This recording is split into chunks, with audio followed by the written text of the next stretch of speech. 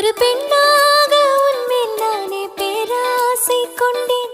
உன்னை முன்னாலே பார்க்கும் போது பேசாமல் நின்றேன். எதற்காக